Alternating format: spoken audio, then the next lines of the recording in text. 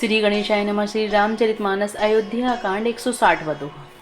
भरत ही विसरहु पितु मरन, सुनत राम बन गौन।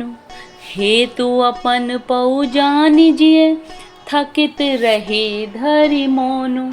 श्री रामचंद्र जी का बन जाना सुनकर भरत जी को पिता का मरण भूल गए और हृदय में इस सारे अनर्थ का कारण अपने को ही जानकर वे मौन होकर स्तंभित रह गए।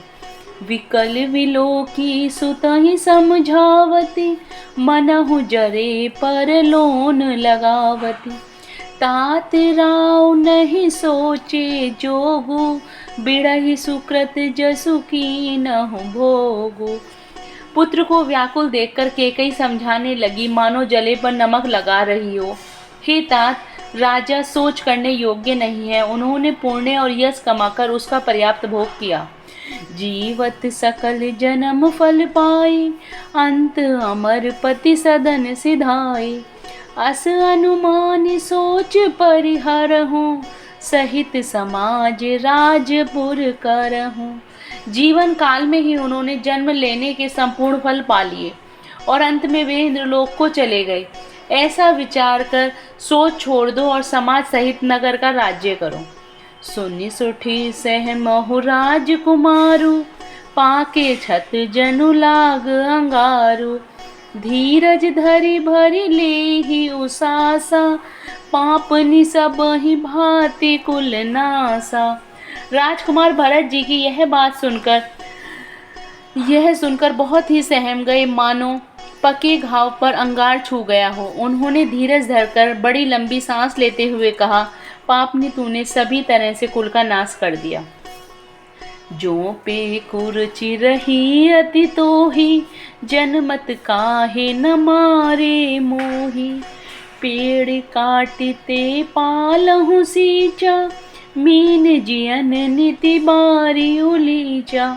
हाय, यदि मैं तेरी ऐसी ही अत्यंत बुरी रुचि थी तो तूने जन्मते ही मुझे मार क्यों नहीं डाला। तूने पेड़ को काटकर पत्तों को क्यों सींचा है और मछली के जीने के लिए पानी को उलीच डाला।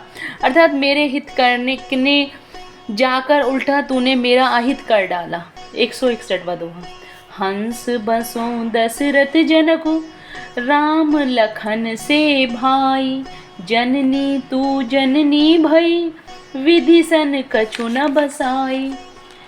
मुझे सूर्यवंश दशरथ जी पिता और राम लक्ष्मण से भाई मिले, पर हे जननी, मुझे जन्म देने वाली माता तू हुई। विधाता से कुछ भी वश नहीं चलता।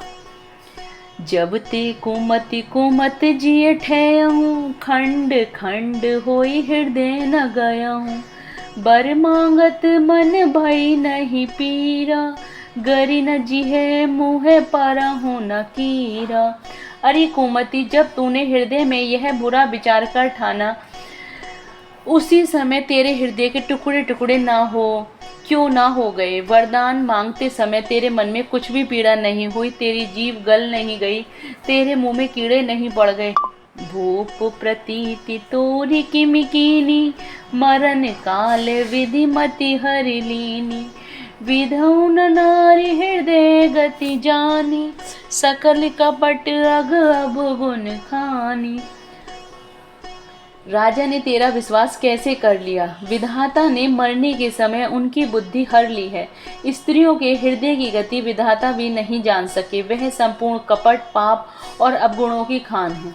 सरल सुशील धर्म रत राव, सो किमि जानिति ये स्वभाव। अस को जीव जंतु जग माही, जेहि रघुनाथ प्राण प्रिय नाही। फिर राजा तो सीधे सुशील और धर्मपरायण थे, वे भला स्त्री स्वभाव को कैसे जानते। अरे जगत के जीव जंतुओं में ऐसा कौन है जिसे रघुनाथ जी के प्राणों के समान प्यारे नहीं हैं। भे अति अहित राम तेउ तोही, को तू ऐसी सत्य कहु मोही। जो हसी सो हसी मोह मसिलाई, आँखी ओट उठी बैठहि जाई।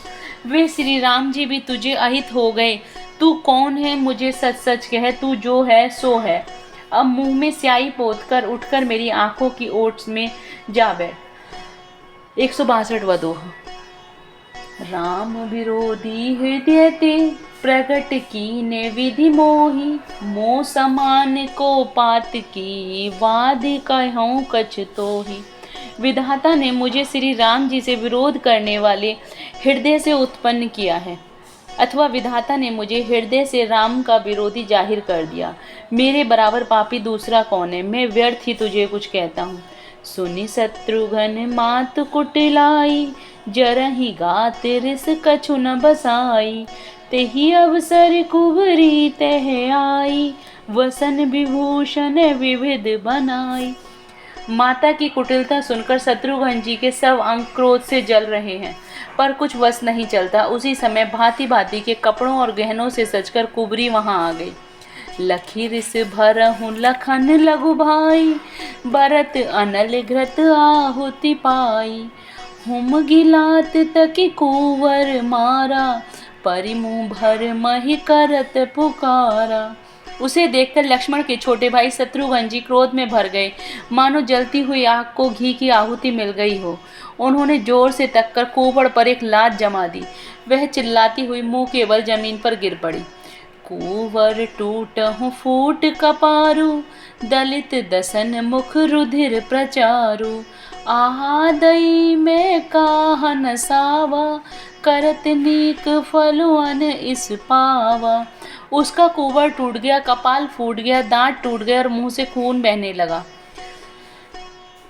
हाय देव, मैंने क्या बिगाड़ा जो भला करते बुरा फल पाया। सुनि रिपुहन लखी नख सिख खोटी, लगे घसीटन धरि धरि झोटी। भरत दयानिधि दीन छड़ाई, कौशल्या पहि गेदऊ भाई। उसकी ये बात सुनकर, उसे नख से सिखा तक दुष्ट जानकर शत्रुघ्न जी झोंटा पकड़ पकड़ कर उसे घसीटने लगे। तब दयानिधि भरत जी ने उसको छुड़ा दिया और दोनों भाई कौशल्या जी के पास गए। 163वां दोहा। मलिन बसन विवरण विकल, क्रस शरीर दुख भार। कनक कलप वर बेली बन, मानहु हनि तुषार। कौशल्या जी मैले वस्त्र पहने हैं, चेहरे का रंग बदला हुआ है, व्याकुल हो रही हैं, दुख के बोझ से शरीर सूख गया है। ऐसे दिख रही हैं मानो सोने की सुंदर कल्पलता को वन में पाला मार गया हो। भरत ही देखी मात उठी धाई, मूर्छित अवन परी झई आई। देखत भरत विकलु भय भारी, परिचरण तन दशा बिसारी। भरत को देखते ही माता कौशल्या जी उठ दौड़ी, पर चक्कर आ जाने से मूर्छित होकर पृथ्वी पर गिर पड़ी। ये देखते ही भरत जी बड़े व्याकुल हो गए और शरीर की सुध भुलाकर चरणों में गिर पड़े। मातु तात कह देहि दिखाई, कह सिय राम लखन दऊ भाई।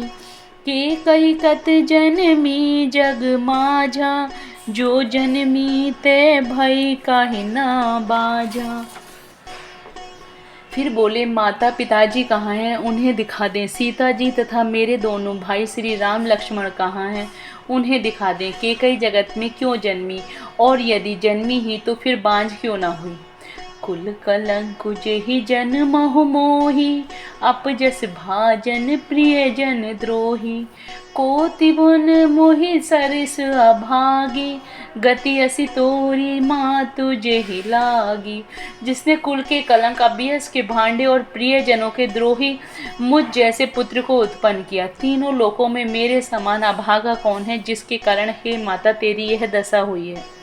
पितु सुरपुर बन रघुवर केतु, मैं केवल सब अनरथ हेतु। धिग मोहि भयहु बेनु बन आगी, दुसह दाह दुख दूषण भागी। पिताजी स्वर्ग में हैं और श्री राम जी वन में हैं। केतु के समान केवल मैं ही इन सब अनर्थों का कारण हूँ। मुझे धिक्कार है, मैं बांस के वन में आग उत्पन्न हुआ और कठिन दाह दुख और दोषों का भागी बना। जय Shri Ram. Please like and subscribe the channel.